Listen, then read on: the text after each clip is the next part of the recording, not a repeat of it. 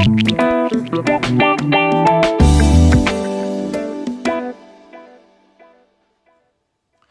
folks, Jason Buckner here from Automation Made Easy, and today I want to talk to you about an exciting new feature that's finally come to Infusionsoft. You might have seen it on the email, or you might have seen it inside your app. I just want to go through with you, and that is split testing, and that's split testing for your emails, which is very, very cool.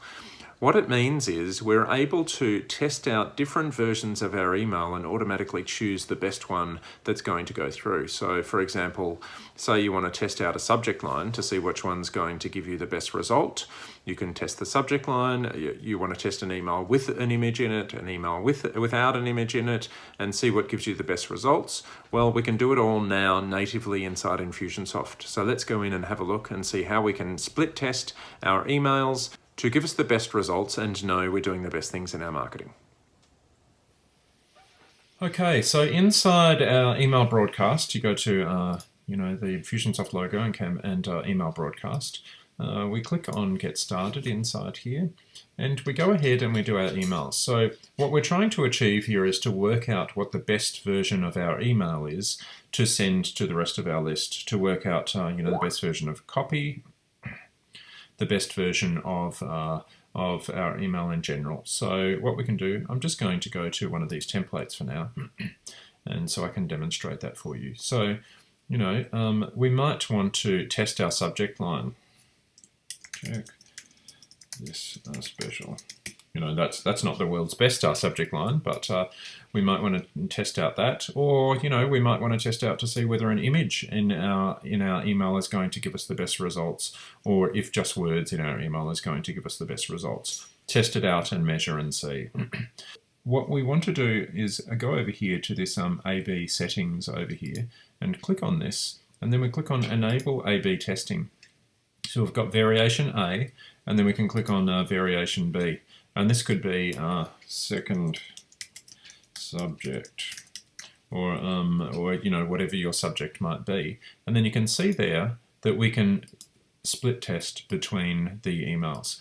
Now, I recommend with split testing that we only split test, we only change small things in our email to know what's actually working. If you change your subject line, and you change in this email, it doesn't have any images, and you change many things, you won't know what it is that's attributable to the success.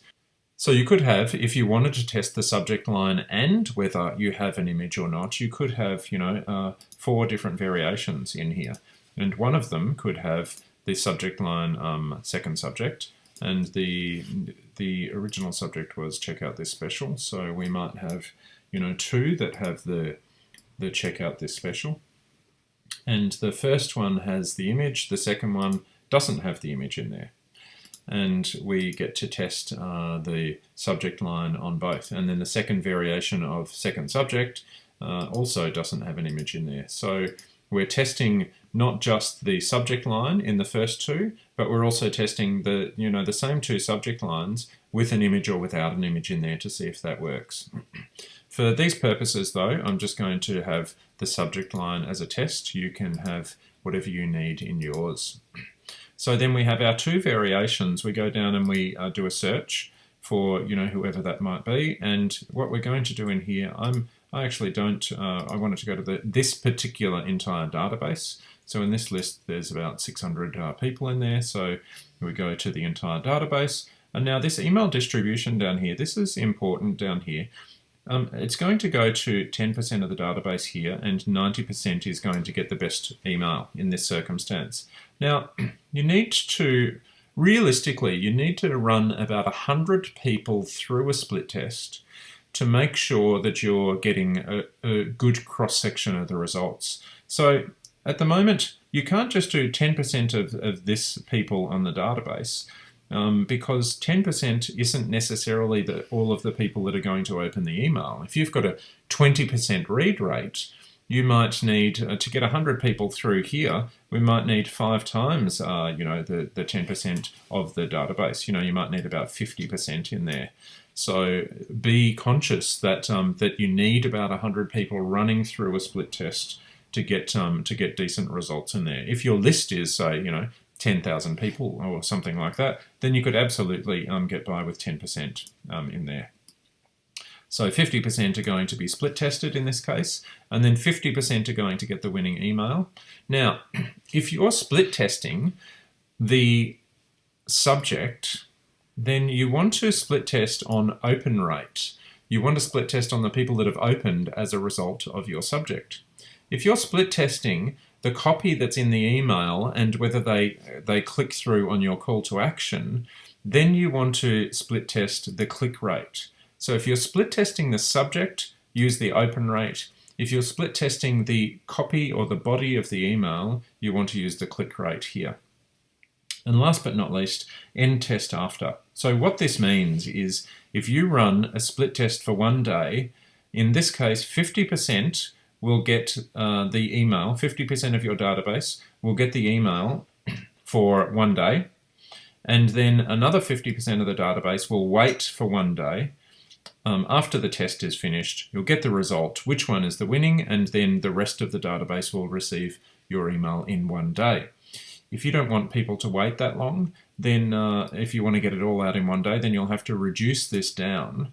But bear in mind, sometimes it takes, if you've got a big database, again, you can reduce this down to a small period, because the bigger the database, the chances are more people will read the email within the first few hours. But if your database is reading the email in a longer period, then with a small list like this, you might have to wait a day to have 100 people read your email to scroll through and to be able to test. So if you've got a bigger database, then you can keep this quite short. If you've got a smaller database, you will have to test for a longer period to get the right results.